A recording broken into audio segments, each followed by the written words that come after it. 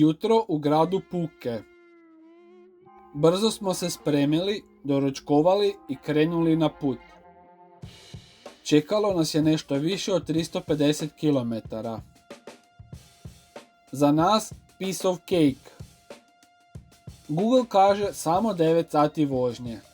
Bio sam već u Albaniji, prošao sam i od sjevera do juga kad sam autom išao u Grčku na otok Krf. I mislio sam, ok, skratit ćemo to, još ćemo se šetati po Ohridu. Kako sam se zeznuo, ha ha ha.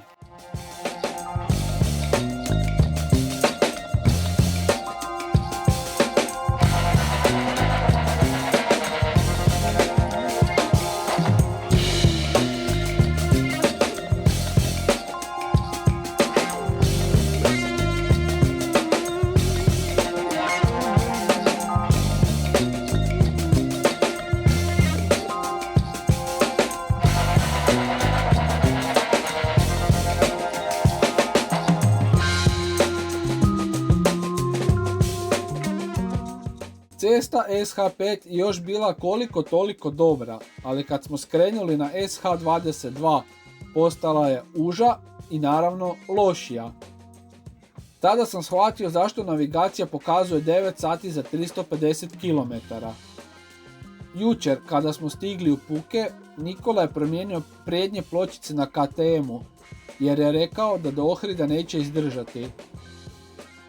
Mislio sam da malo dramatizira, ali nije dramatizirao. Nikola je već bio u Albaniji i znao je što nas otprilike čeka.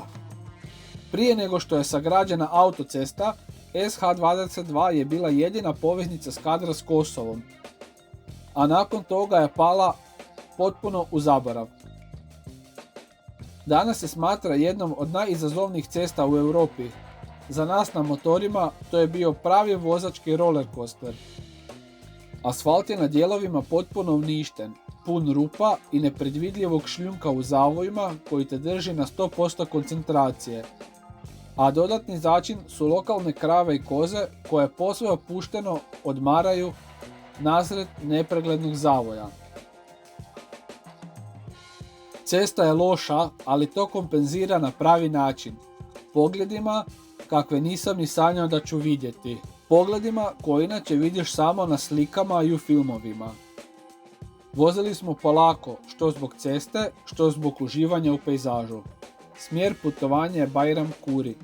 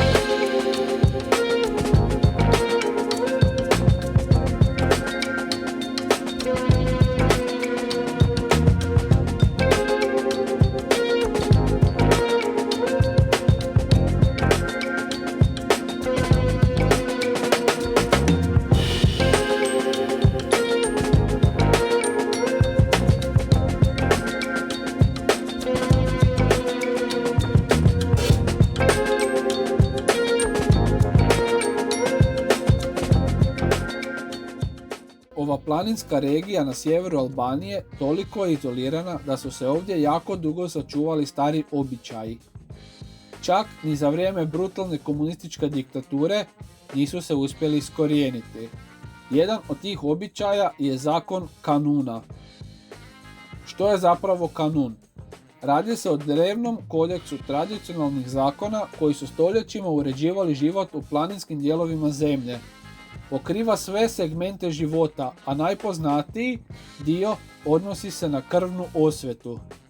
Ako bi netko osramotio ili ubio člana neke obitelji, muški članovi oštećene obitelji imali su pravo i obavezu ubiti bilo kojeg odraslog muškarca iz napadačke obitelji kako bi vratili čast. Zbog toga su čitave obitelji desetljećima znale živjeti u kućnom pritvoru, skrivajući se od osvete.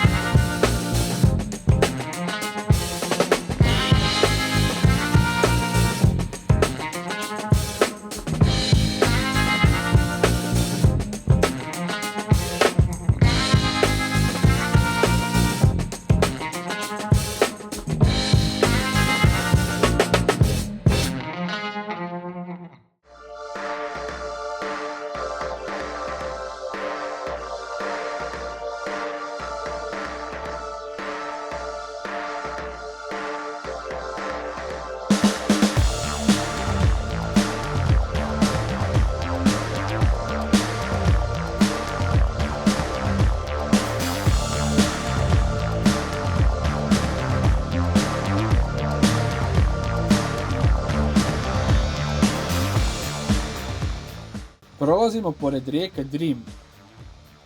Vrlo važna rijeka za Albaniju.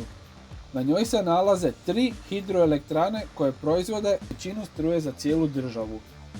Kod grada Kukesa Crni Drim i Bijeli Drim se spajaju u Drim, koji dalje teče prema Skadarskom jezeru. Crni Drim dolazi iz Ohridskog jezera, a Bijeli Drim s Kosova.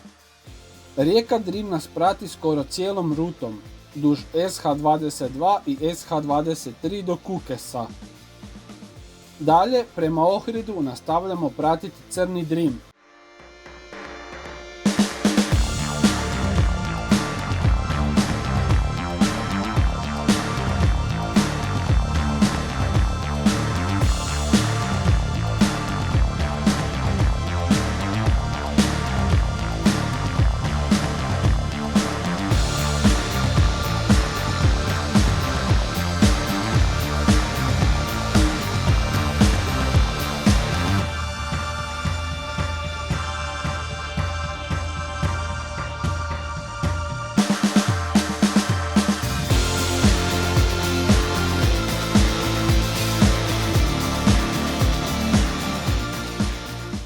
Brana Fierza. Kada je izgrađena, bila je to jedna od najvećih hidroelektrana na Balkanu. Pokriva golemi dio proizvodnje struje za Albaniju. Instalirane su 4 turbine ukupne snage 500 MW, a godišnje proizvede oko 1300 GWh. Visoka je impresivnih 166,5 metara, a kruna brane duga je preko 300 metara. Zanimljivo je da brana nije klasična betonska, već kameno-zemljana s glinenom jezgrom. Ona je toliko ključna za zemlju da kada u akumulacijskom jezeru nema dovoljno vode, većina Albanije uđe u energetsku krizu. Uz sve veći problem globalnog zatopljenja i dugotrajnih suša, Albanija ima i golemi problem s otpadom u rijekama, zbog čega se u akumulacijskom jezeru stvaraju ogromni plutajući otoci smeća, što hidroelektrani stvara dodatne tehničke probleme.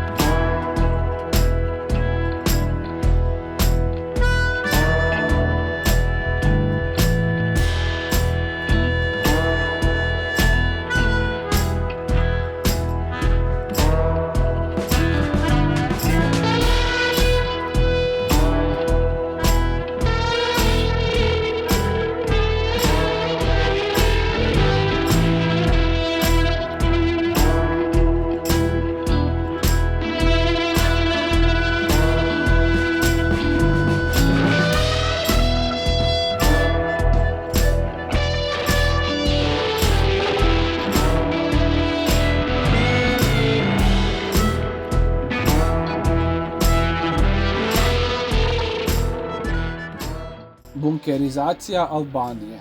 Bunkere je izgradio Enver Hoxha, komunistički diktator koji je vladao Albanijom od 1944. pa sve do svoje smrti 1985. godine. Hoxha je s vremenom uspio posvađati Albaniju s apsolutno svima.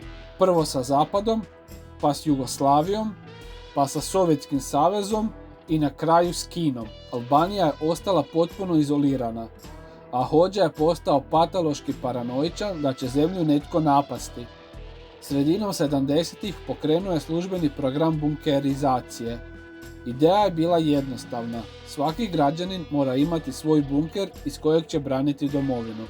Dugo je kružio mit da u Albaniji ima 750.000 bunkera, jedan na svaka 4 stanovnika. Ipak, novija istraživanja i službeni vojni podaci pokazali su da je ta brojka pretjerana. Stvarna brojka se kreće oko 173.000. To je i dalje zastrašujući golem broj za zemlju ove veličine, što znači otprilike 5,7 bunkera po kvadratnom kilometru. Glasine kažu da je glavni inženjer koji je dizajnirao ove kupolaste bunkere morao po Hoxhinoj naredbi osobno stajati unutar prototipa dok ga je vojni tank izravno granatirao. Bunker je izdržao bez ogrebotine, inženjer je preživio, a masovna proizvodnja je mogla početi.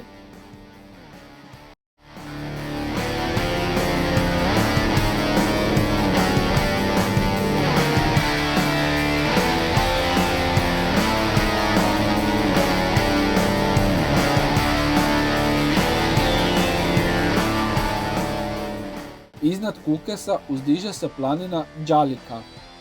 Visoka je 2486 metara i predstavlja najviši vrh u cijelom okrugu. Ona doslovno stražari nad gradom i vidi se iz svakog njegovog kuta.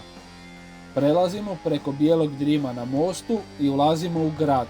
Kukes drži jedan povijesan presedan. To je prvi i jedini grad u povijesti koji je službeno bio nominiran za Nobelovu nagradu za mir.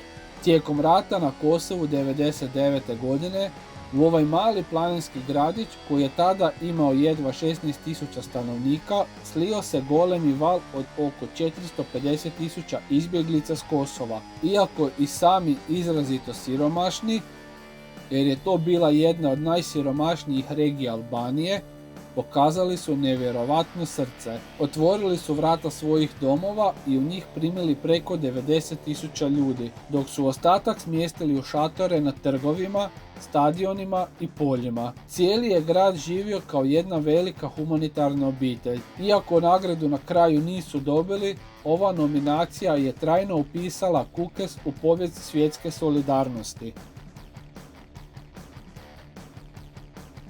Grad koji smo zapravo prošli je Novi Kukes, onaj pravi stari, nalazi se točno ispod plave vode jezera Fierza. Kada je režim Envera Hoxhe 70-ih odlučio izgraditi ovu golemu branu, znali su da će akumulacijsko jezero potopiti cijeli stari grad koji se nalazio u nizini, na sjecištu Crnog i Bijelog Drima. Država je stoga na obližnjem platovu izgradila potpuno novi planski socijalistički grad, a stanovnike preselila. Danas, kada je razina vode u jezeru Fierza tijekom ekstremnih ljetnih suša jako niska, iz vode još uvijek znaju izroniti savlasni ostaci krovova i zidova starog Kukesa.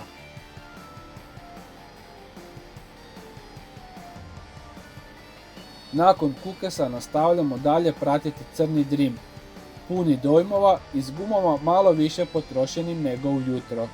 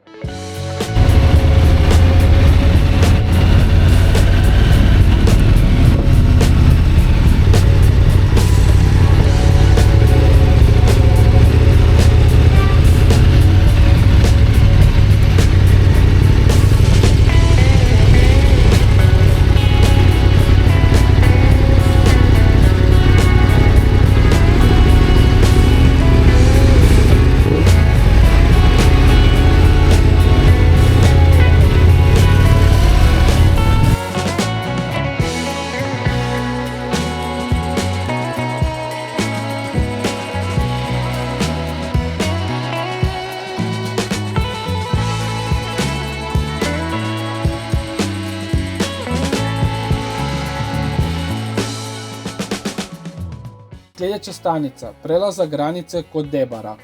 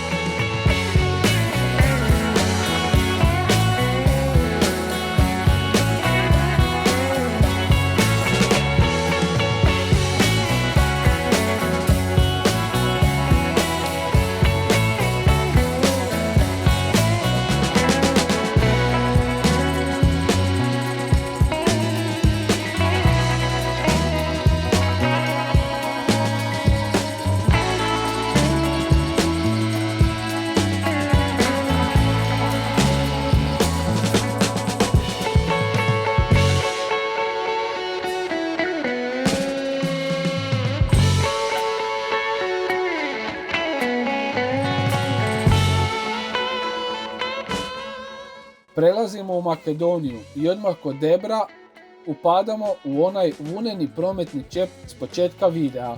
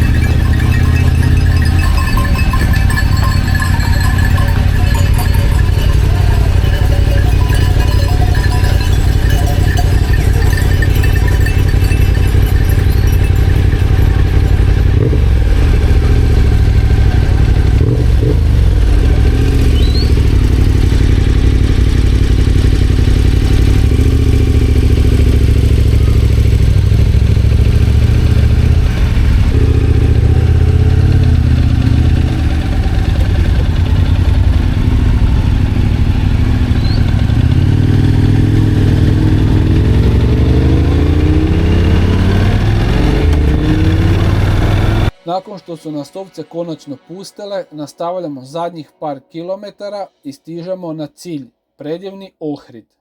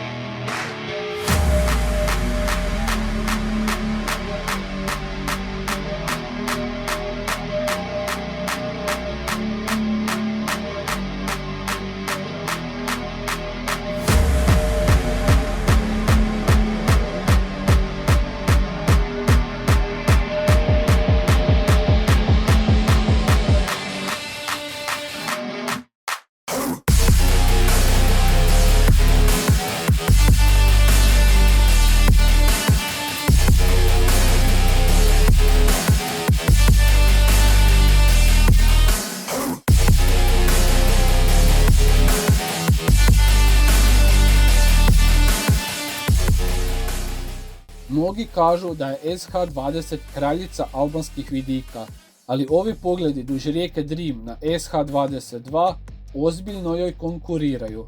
Što vi kažete, pobjeđuje li sterilni luksus SH20 ili divlja, zaboravljena avantura na SH22? Pišite u komentarima.